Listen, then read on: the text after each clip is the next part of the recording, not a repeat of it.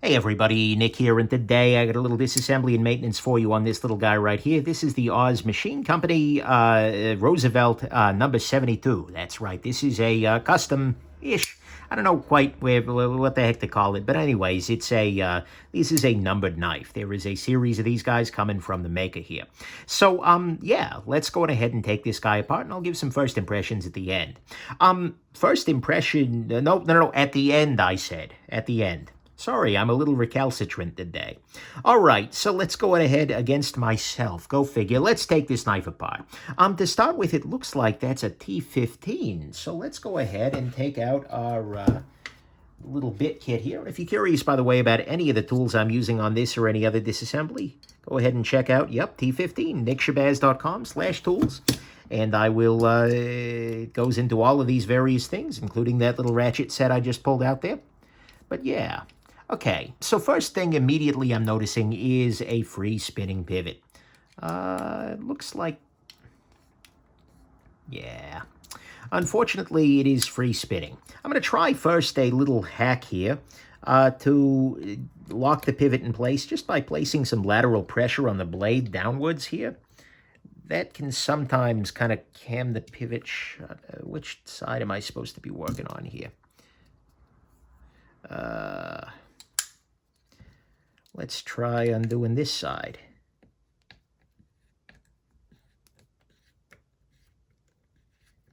It feels like it's coming looser, but maybe that's just an illusion of a mind driven to madness by a free spinning pivot.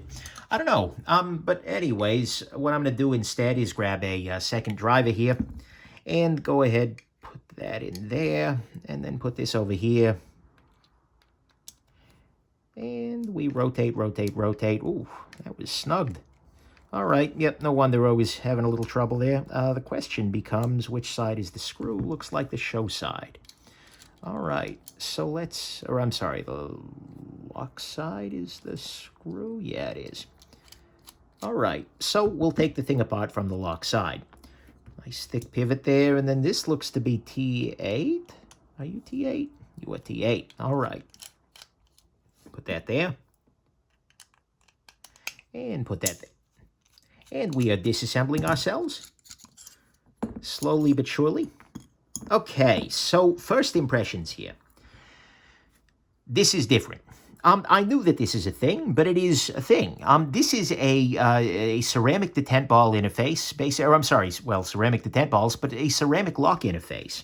What we see here is actually not only do we have two detent balls, which is interesting in and of itself, and in fact, if we look carefully, we see that the two detent tracks don't intersect the other, like he's done this math very carefully such that this detent ball doesn't intersect this hole for the other detent. Okay, I'm going to give you credit there.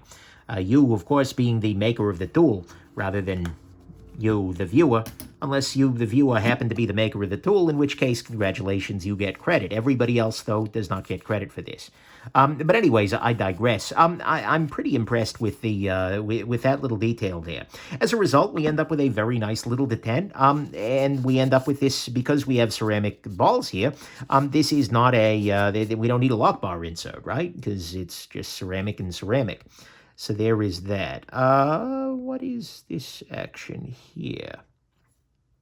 I could have... Is there an O-ring in there, or is this just on the tie? It looks to have a different finish. Let me zoom in a little bit here with my light and get a sense of whether we're looking at an O-ring in there. Actually, I'm going to use my jeweler's loop here. Unfortunately, I can't bring you along on this journey.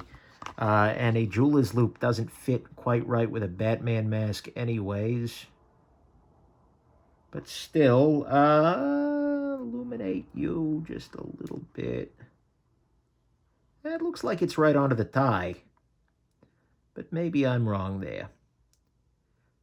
I am, however, looking at this under a loop, pretty impressed. Can I give you that view? Probably not. Anyways, another day, another trial, so to speak.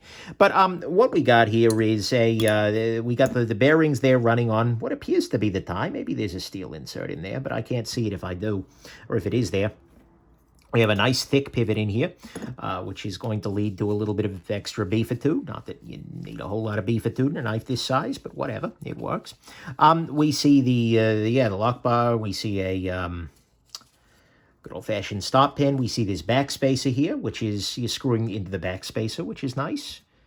And we see that once I clean off these bearings, we are ready to roll here.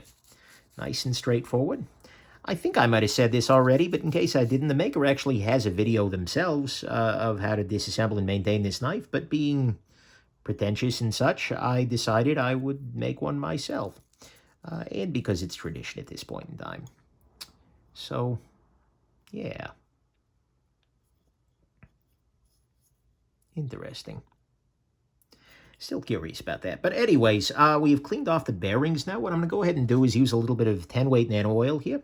And actually, let me put the pivot in first. That way, slide that through. One thing to note, by the way, is that the pivot does not seat itself flush inside the metal, and it kind of makes sense given that there's relatively little metal there. That, you know, if he starts going any deeper into it, it's probably going to be weakening. But still, the pivot is not supposed to sit flush. So if you're looking at that at the end, going like, you didn't screw it all the way in. No, I absolutely did. So there is that. Go ahead and put a little bit more oil right down there. That was a little too much, but who am I if not over lubricating the world? So there's that. Put this back together here. And then the reason I'm so hung up on the washer is I could have sworn the maker mentioned stainless steel washers at some point, but maybe I'm on some variety of unhealthy medication at the moment.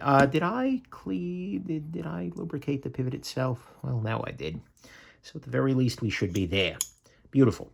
All right, so we've got this all put back together on that side. Now what I'm going to do is I'm going to go ahead and lubricate the detent ball holes here. And just put a little bit there and there. Put a little bit of lubrication right onto here. And then we will go ahead and put everything back together. This has a, by the way, an internally screwed-in pocket clip there, in this case made of a Damascus, along with a Damascus backspacer. This is sort of a stealth bougie version, is how I ended up configuring mine. The maker, for whatever reason, recommends that you assemble the knife while the blade is at 90 degrees. I don't fully understand why that choice has been made. It seems like you're fighting the spring as I am right now. But given that I don't have any reason to believe otherwise, see, it just popped loose on me, so I'm going to go ahead and Loctite this here. Did I already plug nickshabazz.com? Yeah, I did earlier. Anyways, but as I'm putting the Loctite on here, I'll go ahead and respect that desire of the maker. Nonetheless, let's go ahead and squish this down. All right, and I'll tighten this pivot here, just kind of finger tight. Well, of course, it's going to be finger tight. I'm using my fingers to do it, but just get this as interesting. Why are you not seating properly?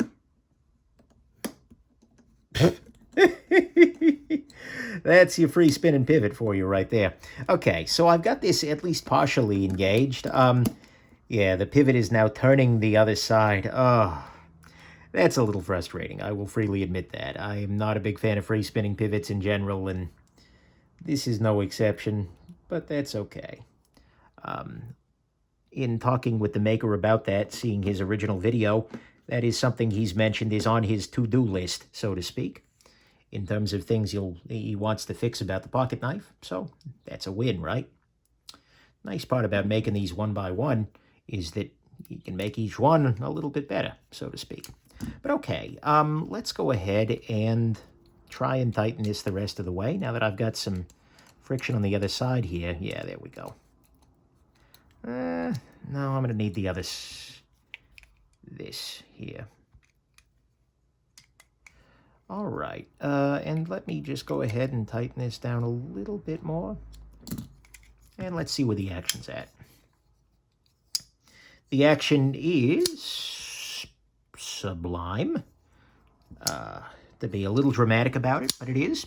Nice, easy flick open there. Beautiful, beautiful detent.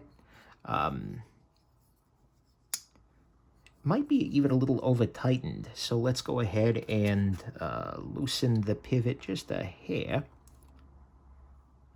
And to do that, I'm going to need the other side here. But loosen that a little bit, see if I get any blade play out of the deal. Yep, I did. Okay, so I need to tighten just a little tiny bit more.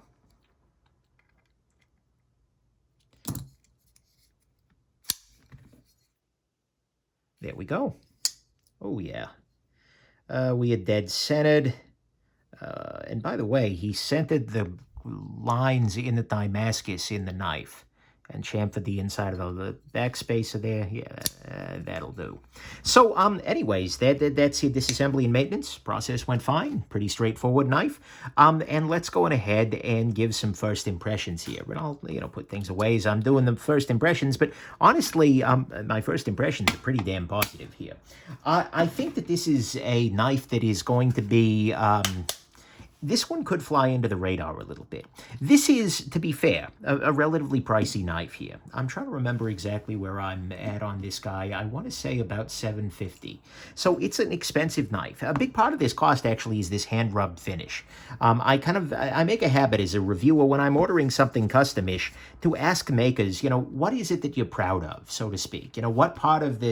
What configuration do you really want people to see? Because obviously I have my own choices, and I chose like anodization colors and things like that, but I don't want to review, or I don't want to, as somebody with a bit of an audience, have a maker say, oh yeah, I'm going to make you one that's just absolutely, that they're not proud of, that, the configuration is just ugly and bad. And so he recommended going with the hand rub finish here. And it is indeed hand rubbed. You can see here, there's been a lot of effort to try and make this a nice satin there. The action on this knife is very, very nice. It's running on bearings. It's got a great detent. The lockup is great acoustically. It's a very nice knife. Have I tightened this all together? Let me grab my driver here. Okay, yeah, we're tight. Good. But the acoustics of it are very nice. The solidity of it feels very nice. The lockup is great. I'm pretty damned impressed with this piece. Can you front flip this? No, because this is too low below the pivot here. If this had some jimping on it, maybe it would actually be a front flipper, although you'd hit this part still. But it's very easy to finger flick open, and as a result, yeah, so I'm actually quite impressed. There were a couple of things that are a little bit less impressive. The free spinning pivot is sort of that one's an easy fix. The other thing that I already talked to the maker about, but is this piece right here. What we see is there is an area here that is unsharpened, and what that means is that the sharpening choil doesn't come out quite far enough. If he gave this another millimeter and change, further in this direction of this cutout, then there would be no issue there. He put it actually as I've had some people talk about that as being like a safety feature. But the thing is, with a finger choil this big, unless you've got gigantic meat paws, so to speak, you're not going to be in a position where you're going to hurt yourself grabbing this knife. Right? And so I don't see any reason to have that unsharpened area at the bottom there. And so that's something that he said, you can sharpen it up. It's just it takes a little bit more doing, right? Because the sharpening, the plunge grind is still going on up to about here. So, but aside from that, honestly, it's a pretty impressive little piece. Yeah, it's pricey. Absolutely, it's pricey, but it's a solid piece, and I'm looking forward to spending some more time with it. It'll be a while before you get this review, just because I've actually, it's a custom piece, right? His books are closed. I got on the books a long time ago, actually thanks to a buddy who got onto his books and then decided to get off of his books and said, hey, you want my spot? Like, yes, I do. Thank you very much. But, nonetheless, it's a beautiful thing that I was able to pick this guy up, and I'm excited. That means I'm excited and spiteful all at once. I'm excited to be able to spend a little bit more time. So anyways, there you go. Hope this has been interesting to you, and that you, Roosevelt, this was a good first impression video, and that you have yourselves just an absolutely wonderful rest of your day. Bye now.